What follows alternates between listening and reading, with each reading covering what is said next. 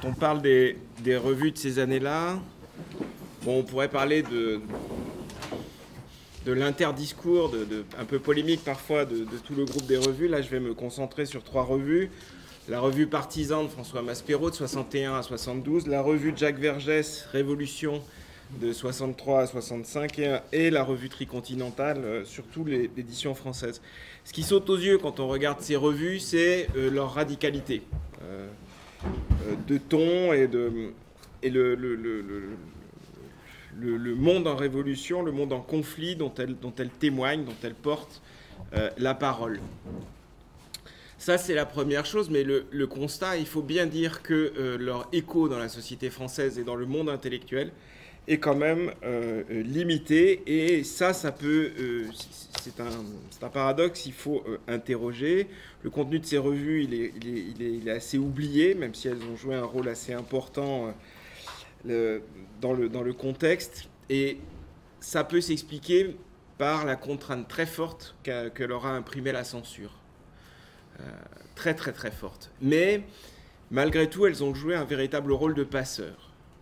C'est-à-dire que à partir de la guerre d'Algérie, la censure a été très forte. Elle était très forte, la censure, à tous les échelons, c'est-à-dire sur l'importation des livres en provenance du tiers-monde, des pays en lutte pour leur indépendance, dès après la Seconde Guerre mondiale, des livres qui pouvaient être en langue des pays, ou en langue française, ou en langue étrangère, anglais, espagnol, tout ce qui pouvait arriver des empires coloniaux en plein combat était systématiquement arrêté par les douanes et censuré.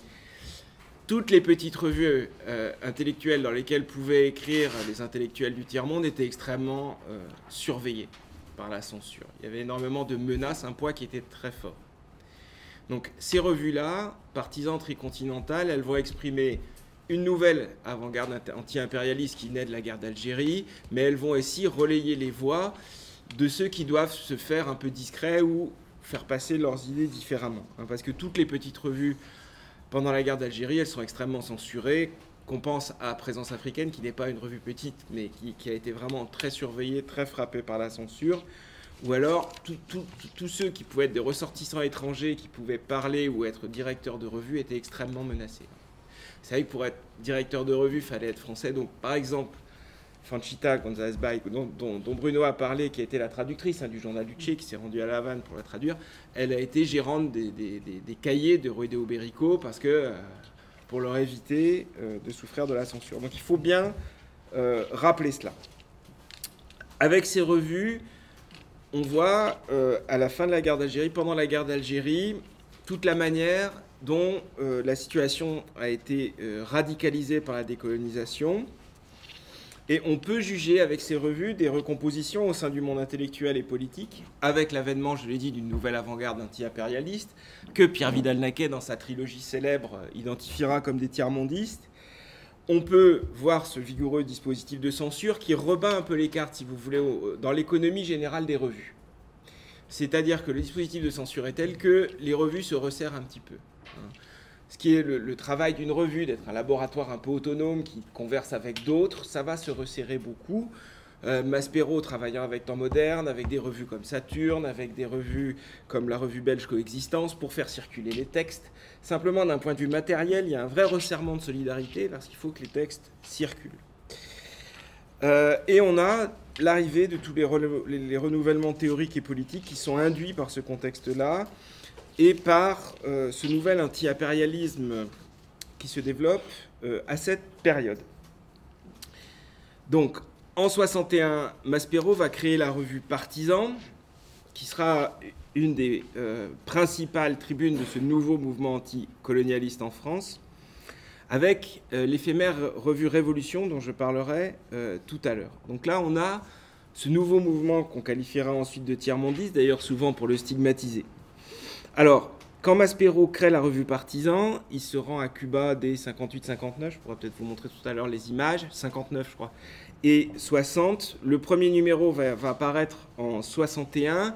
Ce premier numéro en une, c'est la révolution cubaine, comme le premier numéro de la revue de Jacques Vergès, Révolution.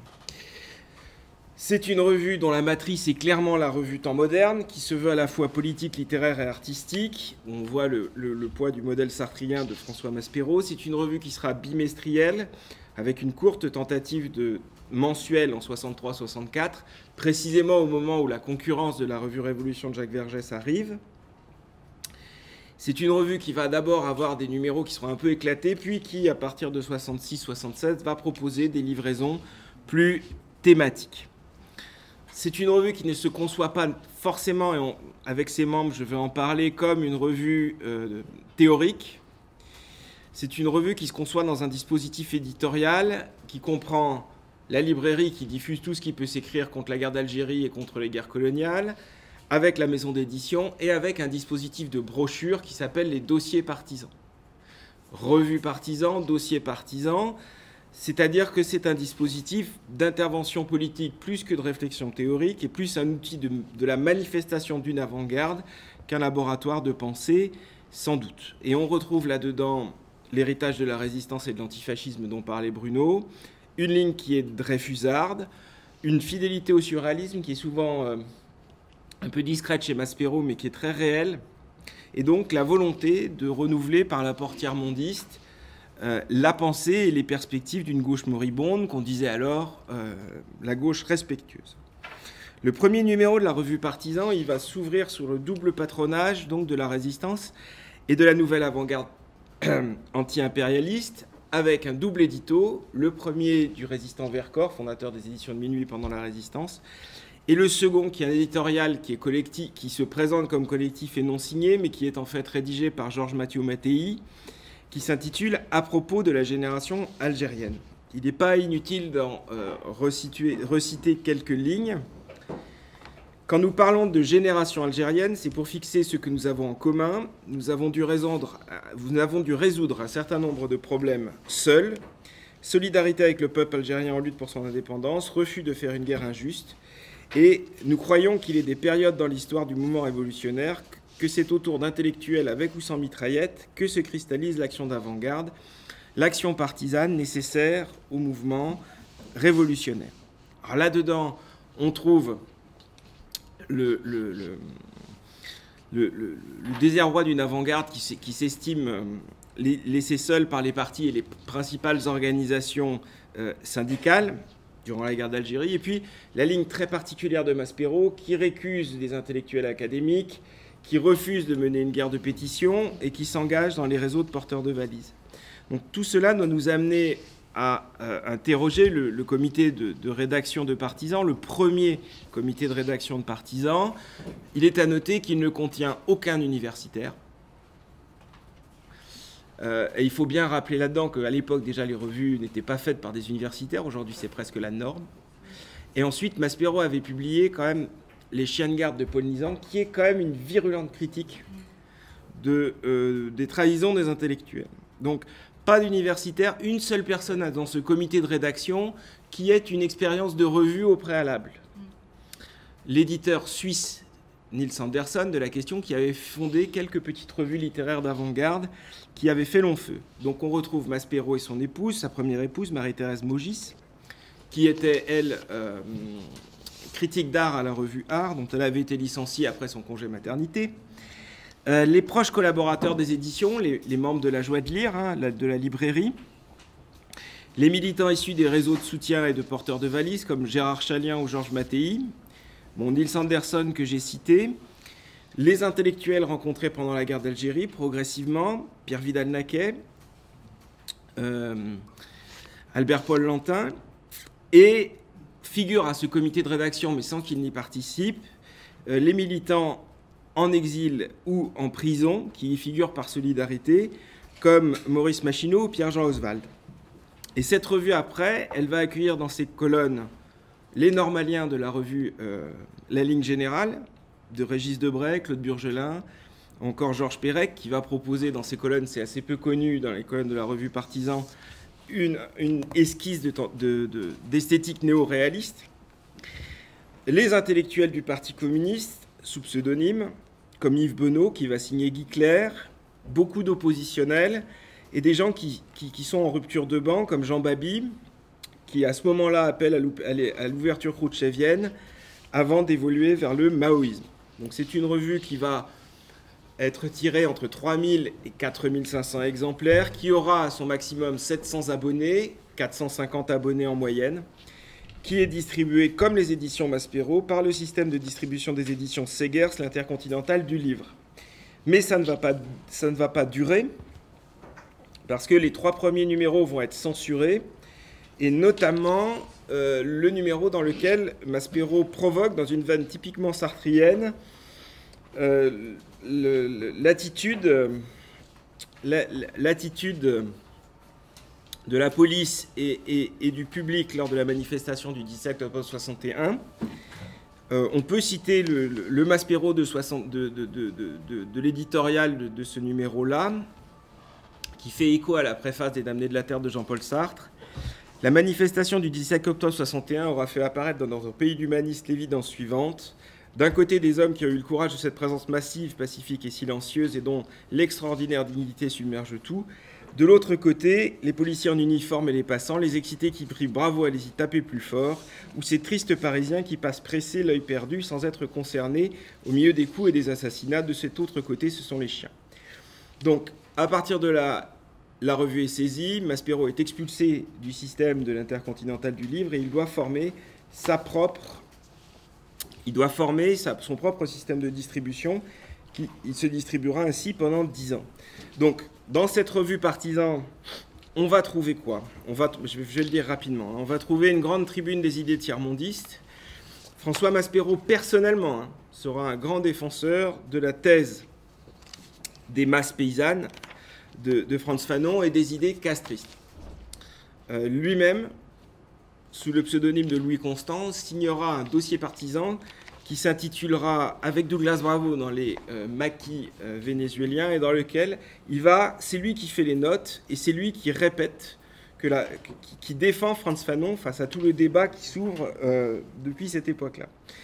La séquence de 67 va être une séquence très importante avec 3 numéros de Partisans consacrés à l'anti-impérialisme, Cuba et le castrisme en Amérique latine, Amérique latine, solidarité, guérilla, et le peuple vietnamien et la guerre, 67-68, pendant que les dossiers partisans relaient Francisco Julião, les ligues paysannes au Brésil, 66, créer 2-3 de nombreux Vietnam en 67, la voix fondamentale de Castro en 67, et donc ce livre que je vous ai mentionné, écrit par Maspero sous le pseudonyme de Louis Constant, avec Douglas Bravo dans les maquis vénézuéliens. Et tout ça recouvre un peu l'extraordinaire activité. C'est un territoire de l'œuvre de Maspero qu'on connaît peu. Il écrit beaucoup d'articles journalistiques, dont certains sont publiés dans le Nouvel Obs, par exemple, lors de son passage en Bolivie.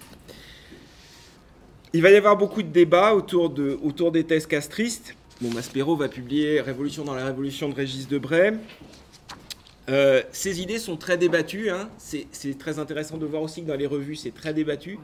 Il y a par exemple dans la revue Socialisme ou Barbarie des articles de Pierre Souris qui démontent complètement la révolution chinoise. Au sein de Partisans, c'est très débattu. Robert Paris signe sous pseudonyme un article qui marque son départ, qui s'intitule « La révolution dans une seule île », où il dénonce la dérive de la révolution cubaine. Ça, c'est dans Partisans. Et par contre, quand Gérard Chaliand va s'élever à propos de Révolution dans la Révolution sur les errements tactiques que lui semble la ligne cubaine, cet article-là sera refusé à Partisans. Chaliand quittera Partisans, il sera publié chez Esprit. Donc ensuite, on aura dans Partisans énormément de choses qui travailleront le champ social. Les premiers textes sur le féminisme, le freudo-marxisme et la pédagogie. Bien. Je vais aller un peu vite, j'arrête là, mais je peux répondre à vos questions là-dessus. À côté de Partisans, il y a un second groupe qui est issu de l'opposition française à la guerre d'Algérie, qui va fonder une revue qui sera tout de suite rivale, ce sera la revue Révolution. Alors, il faut bien savoir quand même que c'est Maspero dans Partisans et à travers un livre qui est assez peu connu, qui s'appelle « La Chine, une autre qualité de vie », qui va amener les premières publications chinoises en France, avant que les Chinois ne disposent de maisons d'édition. les premières choses qui documentent la rupture entre l'URSS et la Chine, c'est Niels Anderson qui lui amène ces choses-là dans Partisans en 62. Donc, ce groupe-là, Révolution, ça sera créé par Jacques Vergès, qui avait créé à Alger, avant son expulsion d'Alger, la revue Révolution africaine. Il va en garder le titre et il va créer Révolution avec le journaliste Patrick Kessel et le dessinateur Ciné, et qui va constituer, cette revue Révolution, le pôle maoïste du tiers-mondisme anti-impérialiste. Donc, l'édition française, elle va s'appeler Révolution 3A, Afrique, Amérique latine, Asie. Et le premier numéro, il est encore lancé avec Fidel Castro en couverture. On l'appelle le par-image de la Révolution. Moi, c'est extrêmement bien maquetté. Il y a énormément de photos magnifiques. Ce côté très visuel participe aussi de sa distribution grâce aux moyens de l'ambassade de Chine en Suisse. Et donc, à ce moment-là, ça, c'est une revue qui aura une édition espagnole, une édition française, une édition anglaise, et qui revendiquera d'être distribuée à 10 000 exemplaires dans chacun de ces espaces. Ce qui peut être intéressant, c'est de reprendre l'éditorial. On parlait donc, y compris dans les moments qui ont précédé la conférence de la Havane de 1966, des divergences latentes et de la difficulté à dépasser ces divergences. Elles sont sensibles dans l'éditorial du premier Révolution. Donc Révolution doit être le lien d'information entre tous les combattants armés ou non sur lesquels vient buter la lancée impérialiste. Les prolétaires quotidiennement engagés dans leur lutte contre une société capitaliste qui cherche à les rallier et ceux qui construisent déjà le socialisme. C'est à eux de voir si leurs objectifs s'ignorent, se contredisent, s'opposent, si les forces de la Révolution doivent se partager ou bien si leur bataille est commune et si chacun a le droit de compter sur chacun. C'est assez particulier, dans le premier numéro d'une revue d'un mouvement qui est à ses débuts, de déjà marquer la divergence possible. Bien, alors cette revue, elle se veut comme une revue politique et théorique, avec beaucoup de dessins satiriques, Ciné, Strelkov, beaucoup de photographies. Elle est diffusée en Afrique, d'une manière relativement importante. Le rédacteur en chef de l'édition française, c'est Nguyen Kien, qui est pseudonyme de Ngo Man Lan, qui est auteur d'un livre publié en 63 chez Maspero, Le Vietnam après Dien Bien Phu. Et elle va publier dans ses colonnes des reportages sur les mouvements du tiers-monde, les ligues paysannes au Brésil, les récits d'expériences révolutionnaires, l'oppression des Noirs américains, des articles contre Khrouchtchev et sur la ligne chinoise dans le mouvement international. Elle va peu traiter de la réalité française, malgré un article sur l'université, dans le numéro 4 de décembre 63. Ça sera quand même un moyen avant tout pour Vergès d'avancer ses pions et puis de se présenter à l'international comme le représentant d'un mouvement peut-être plus large qu'il n'est en réalité. C'est aussi une des matrices de l'édition maoïste en France, telle qu'elle va s'organiser ensuite. Parce que la revue s'accompagne de tout un dispositif de brochures qui accompagne chaque sortie. À son apogée, la revue est vendue à 7000 exemplaires en moyenne en France. Elle est d'abord mensuelle de septembre 63 à octobre 64, la même période à laquelle Partisans, pour répondre à la concurrence, devient également mensuelle. Elle est ensuite bimestrielle, mais avec un accroissement de la pagination. Je pourrais peut-être vous montrer des articles là-dessus. En mars 1964, le numéro 7 consacré à l'analyse du colonialisme est saisi, je cite, pour appel ouvert au séparatisme à cause de l'article « Les derniers départements d'outre-mer, dernier confetti de l'Empire ».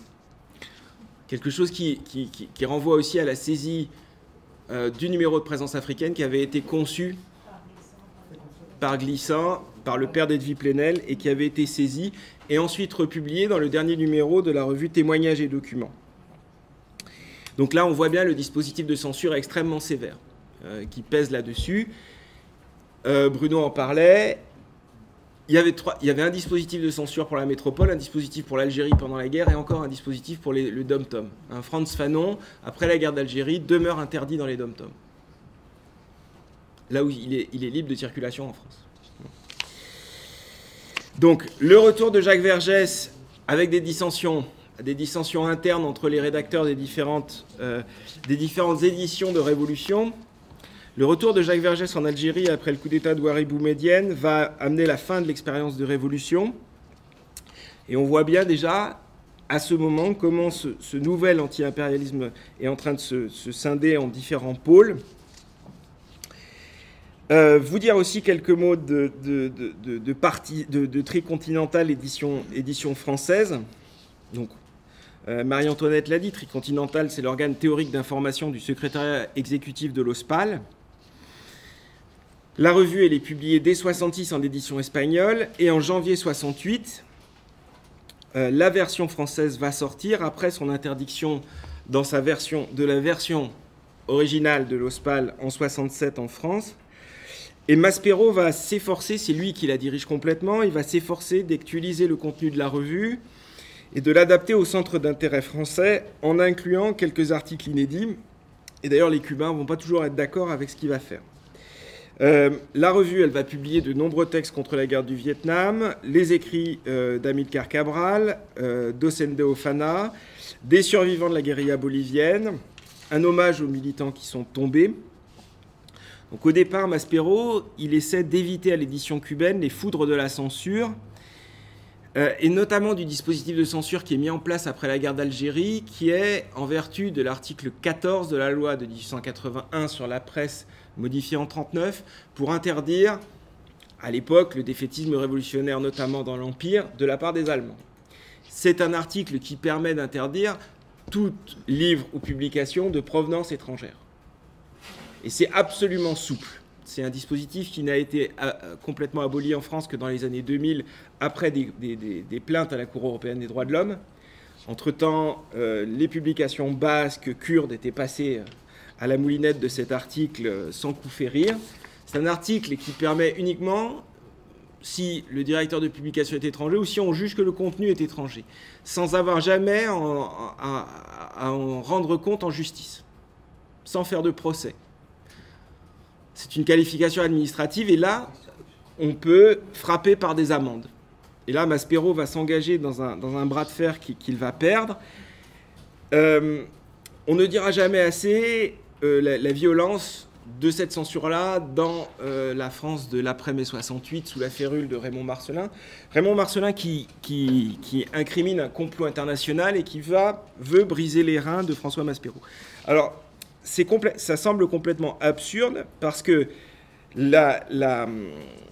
l'édition cubaine comme l'édition française, elles sont interdites parce qu'elles publient en leur sein des extraits de la guerre de guérilla de Che Guevara. Des extraits ou alors des dessins qui étaient contenus dans l'édition initiale de la guerre de guérilla de Che Guevara. Or, cette édition, elle était publiée sans problème en France depuis 1962. Peut-être pour la libération du Brésil de Carlos Marighella sera interdite de la même manière, mais là, il y aura une mobilisation des différents éditeurs qui publieront une édition spéciale, blanche, qui feront une coédition générale. Bon, le dernier exemple, vous le connaissez peut-être, de cet article 14, c'est l'interdiction des livres de Mongo-Betty qui dénoncent la France-Afrique.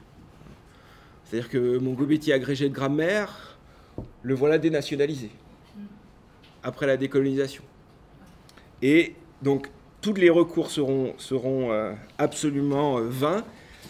Maspero ne pourra republier des numéros Tricontinental qu'en 81-82. Pendant toute cette période-là, jusqu'au Conseil d'État, ça sera absolument impossible d'exister autrement.